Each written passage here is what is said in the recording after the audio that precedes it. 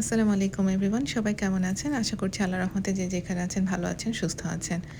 আজকে একটা ছোট্ট ভ্লগ করব। আমি লাস্ট উইকেন্ডে কি করেছিলাম সেটার উপর।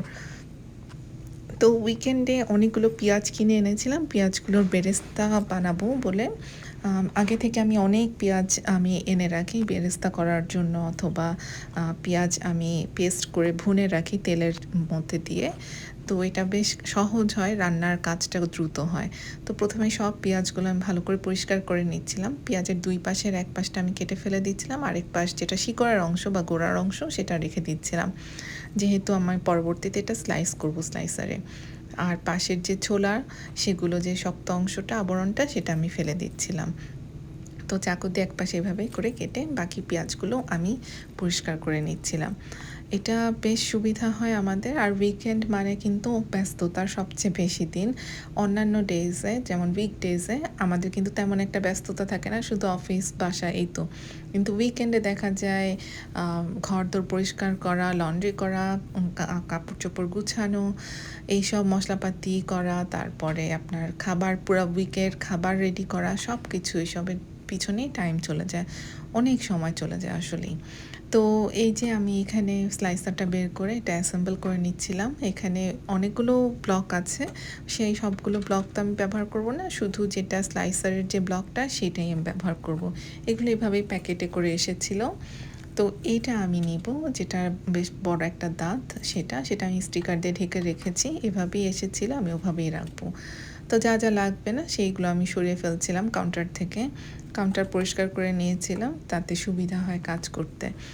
তো এই যে এভাবে আমি স্লাইসারটা অ্যাসেম্বল করে নিলাম, নিয়ে এই দাঁতটাও আমি লাগিয়ে নিলাম। আপনাদেরকে একটা কথা বলি, যে স্লাইসারটা যখন ব্যবহার করবেন আপনাদের যদি বাসায় থেকে থাকে, যখন ব্যবহার করবেন প্লিজ আপনারা খুব সাবধানতা অবলম্বন করবেন, কারণ এটা এত ডেঞ্জারাস একটা স্লাইসার, হাত কেটে যেতে পারে খুব ইজিলি, টেরও পাবেন না, এমনভাবে কেটে যাবে।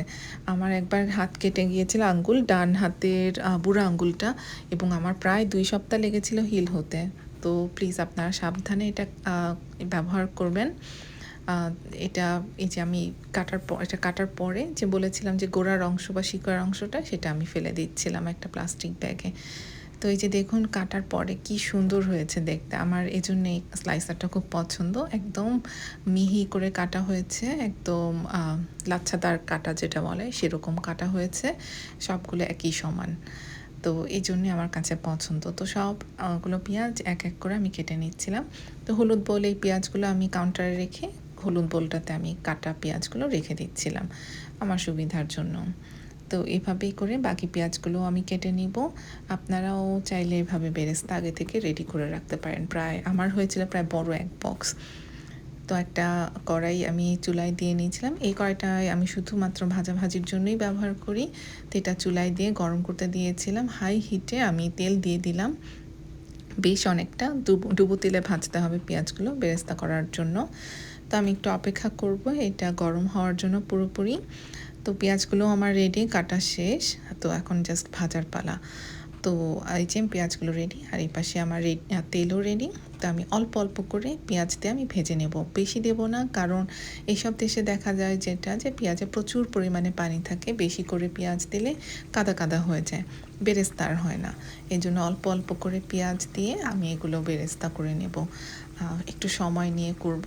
আমি একদম চুলাটা মিডিয়াম টু লো আঁচে দিয়ে নিলাম, এবং বেশ ভালো সময় লাগে, 10-15 মিনিট। আর এগুলা নোংরা কিছু জিনিস ছিল, যে ভাত রান্না করেছিলাম সেটার হাঁড়ি, এটা সেটা সব কিছু পরিষ্কার করা দরকার।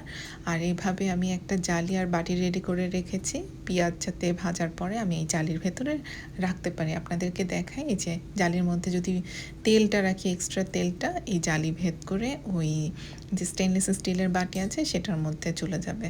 তো এক্সট্রা তেলটা এইভাবে ঝরিয়ে নিই। তো আমি এভাবেই করেই পেঁয়াজটা বেরেস্তা করি। হয়েও গেল বেরেস্তা। আশা করছি আপনাদের সবার ভালো লেগেছে আজকের ভিডিও। সবাই ভালো থাকবেন। আল্লাহ হাফেজ।